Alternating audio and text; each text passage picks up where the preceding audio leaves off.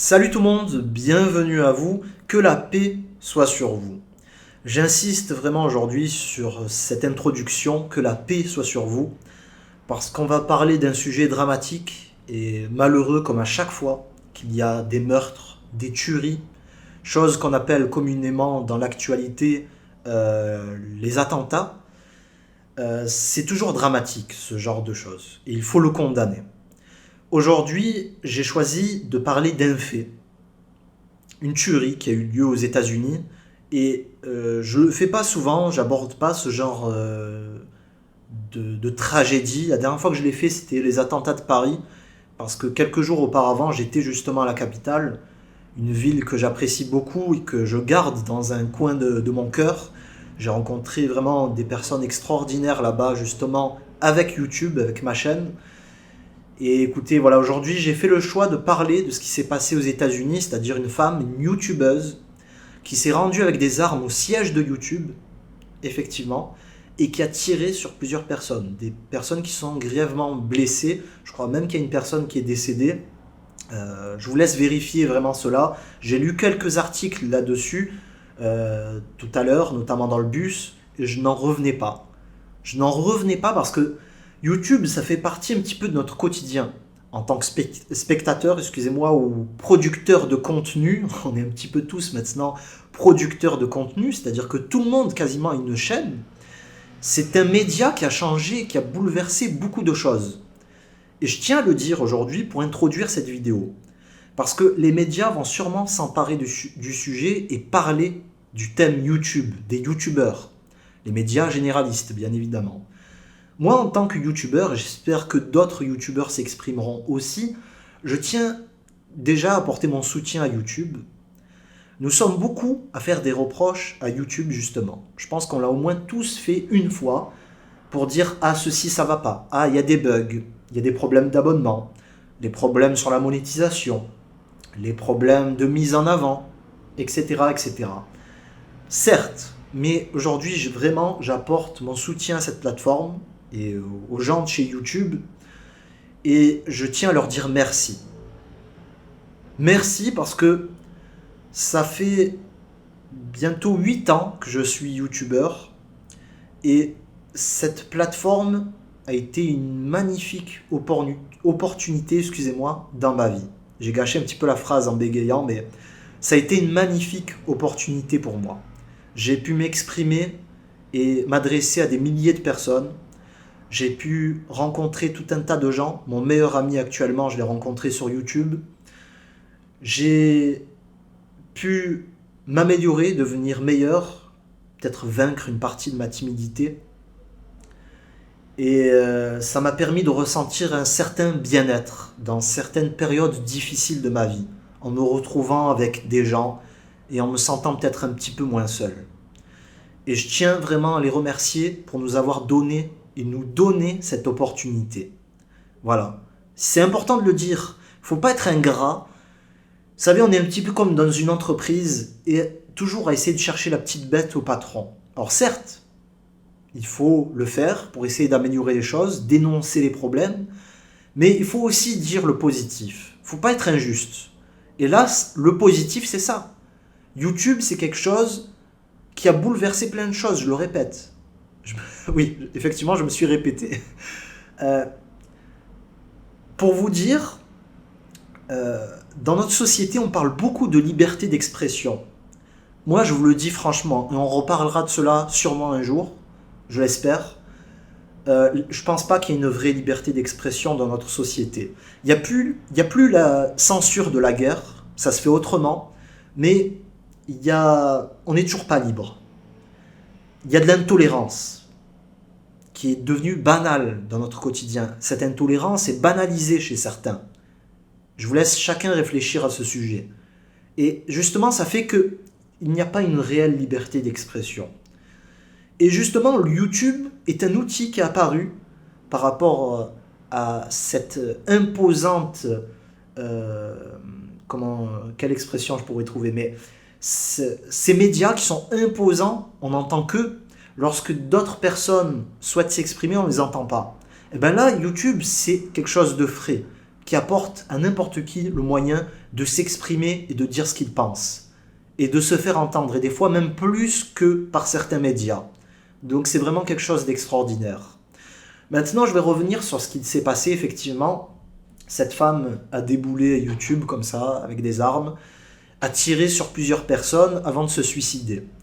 Et il y a quelque chose qui m'a interpellé dans les articles que j'ai pu lire, et on aura davantage d'informations, j'imagine, par la suite, mais la police a vu que cette femme avait des balles sur elle. En gros, elle se serait tiré des balles sur elle-même,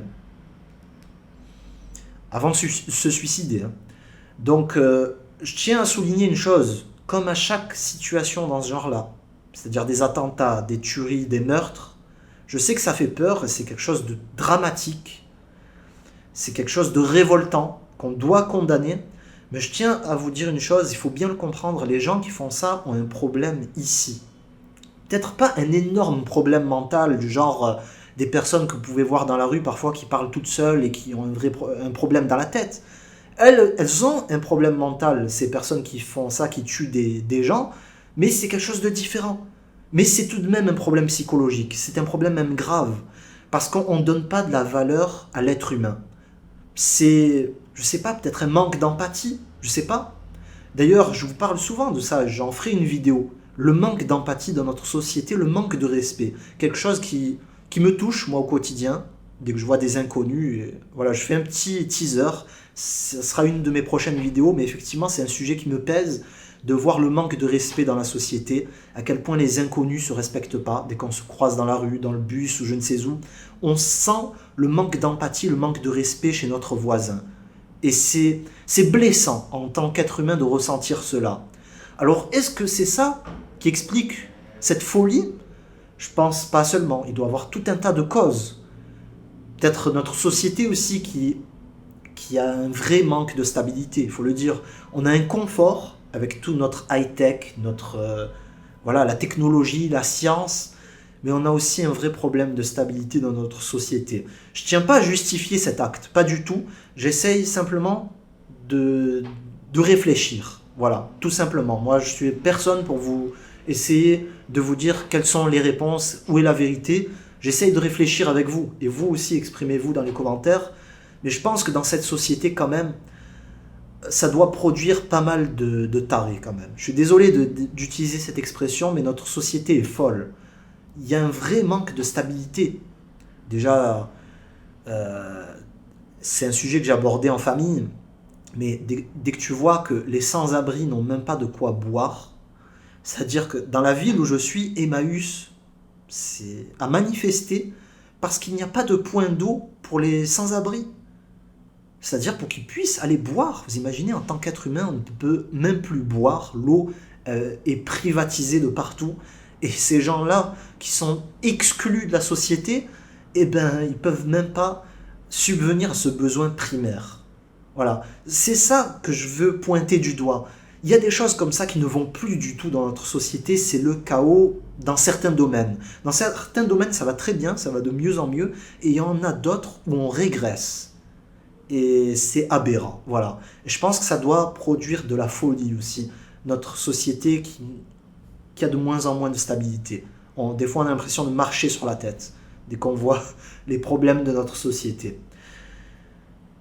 Écoutez, bien évidemment, pourquoi j'estime que c'est de la folie d'en arriver là, des personnes qui font ça? Parce que effectivement, la violence, c'est pas ça qui va régler les problèmes. Surtout un problème comme ça, c'est une youtubeuse qui estime être lésée par YouTube.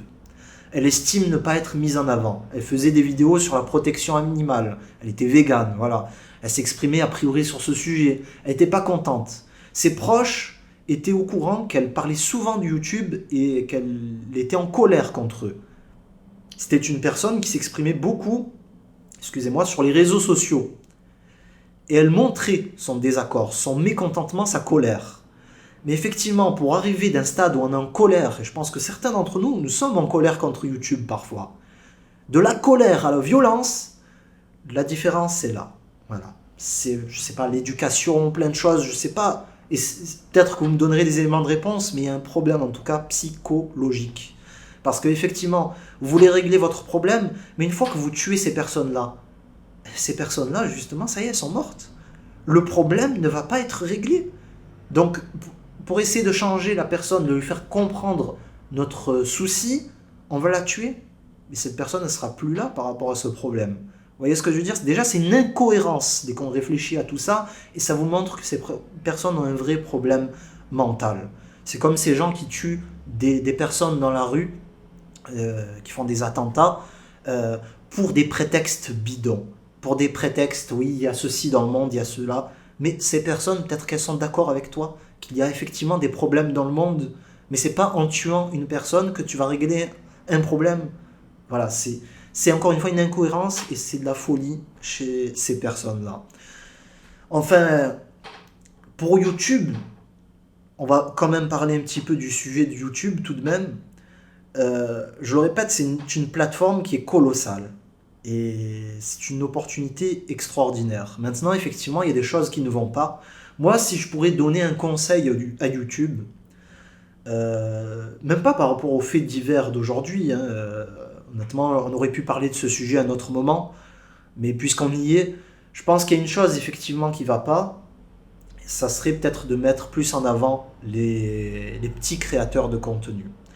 Parce qu'on a certes l'onglet tendance, on va voir toujours les mêmes chaînes, des chaînes qui réussissent à cartonner et atteindre un gros chiffre d'audience. Et c'est pas donné à tout le monde. Moi-même, avec ma vidéo sur Squeezie et Ardisson qui a fait 1 million de vues et quelques, 1 200 000 ou 300 000, c'est colossal, j'ai même pas été en tendance. J'ai même pas été sur cette catégorie. Parce que les gens restaient pas au bout de la vidéo. Vous voyez, donc c'est très dur d'y arriver. Il faut vraiment une nouvelle catégorie pour les petits créateurs qui proposent de la qualité, chose importante. Pas n'importe qui, le mec qui va filmer avec son téléphone, je ne sais quoi. Non, de la qualité, mais des petits créateurs vraiment qui font des très petits chiffres. L'avantage, ça va être que des gens vont découvrir de nouvelles têtes. Et des fois, je vous le dis, c'est pas évident de découvrir de nouvelles personnes sur cette plateforme. Vous allez en tendance, vous voyez toujours les mêmes. Vous faites des recherches, vous n'allez pas tomber sur youtubeur X ou Y. Pour tomber dessus, des fois, c'est une goutte d'eau que vous allez chercher dans l'océan. Donc c'est pas quelque chose de simple. Et l'avantage pour YouTube, c'est que les gens vont peut-être revenir des fois sur sa plateforme pour justement voir ces nouvelles personnes, ces nouveaux youtubeurs qu'ils ont découverts la veille, la semaine passée ou un mois auparavant. Voilà, l'avantage est là pour tout le monde et j'espère que vraiment que quelqu'un de chez YouTube entendra cela. Alors effectivement, là c'est pas le moment, c'est peut-être le moment plutôt pour condamner cet acte et pour apporter notre soutien à cette plateforme. Mais j'espère qu'à un moment il y aura des choses aussi qui seront faites là-dessus parce que là je vais m'exprimer pour des collègues qui vivent de YouTube. Moi, j'ai un boulot à côté, moi j'ai pas envie de vivre avec YouTube. Personnellement, la publicité, j'en veux pas. Voilà, j'en ai déjà parlé dans une autre vidéo, je veux pas de la pub, donc ça m'intéresse pas. C'est pas ça qui change mon quotidien. Alors certes, j'aimerais bien que mes vidéos touchent plus de monde. Effectivement, ça me plairait. Des fois, ça me démotive de faire des vidéos, de voir qu'il y a peut-être que quelques centaines de personnes, voilà, ça fait bizarre de dire ça, mais qui ont vu la vidéo. Dès qu'on y réfléchit, c'est beaucoup, quelques centaines, mais sur YouTube, quelques centaines, des fois, tu vas avoir 20, 30 commentaires et on aimerait plus de partage avec les gens, plus d'interaction au niveau de l'écrit notamment. Mais bon, c'est un autre sujet. Mais en tout cas, voilà, il y a des choses à faire sur cette plateforme pour qu'elle puisse s'améliorer justement pour ces gens qui essayent de vivre de YouTube, avec les dons et tout ça. Des fois, c'est compliqué. Payer le loyer, les factures, c'est un drame que vivent certains dans cette nouvelle sphère qui est YouTube. Ce nouveau mode économique qui est vraiment différent. Là, tu n'as pas de contrat de travail. Tu es là, tu fais ton contenu et ça dépend de ton audience. Et c'est quelque chose qui doit être très stressant et bizarre à vivre. Ces gens-là, d'ailleurs, très souvent ne cotisent pas pour leur retraite ou pour plein de trucs dans ce genre-là. Ça peut se terminer d'un coup. C'est vraiment très spécial. Donc, ça aussi, c'est un sujet à analyser. Mais bon, YouTube évolue beaucoup, donc c'est probable que ce soit le cas à un moment. Mais en tout cas, c'est pas parce qu'il s'est passé cela aujourd'hui qu'on doit se dire « Ah, c'est une justification ». Non, c'est plutôt un drame de cette personne-là qui en est arrivée à faire une telle horreur. C'est plutôt ça le problème. Après, le reste, c'est du secondaire, vraiment. Je pense que vous serez d'accord avec moi, c'est vraiment secondaire tout le reste. L'argent, la notoriété sur YouTube, on s'en fiche un petit peu. Bon, c'était l'occasion d'en parler parce que, voilà, je suis youtubeur, certains d'entre vous le sont aussi, vous regardez des vidéos sur cette plateforme, et ça fait quand même quelque chose d'entendre cela et de se dire quand même, quoi. Il y a des gens qui arrivent à notre époque pour des vidéos à prendre des armes et à les tirer sur des gens, d'autres êtres humains. Ça va mal. Voilà, ça va mal dans notre société.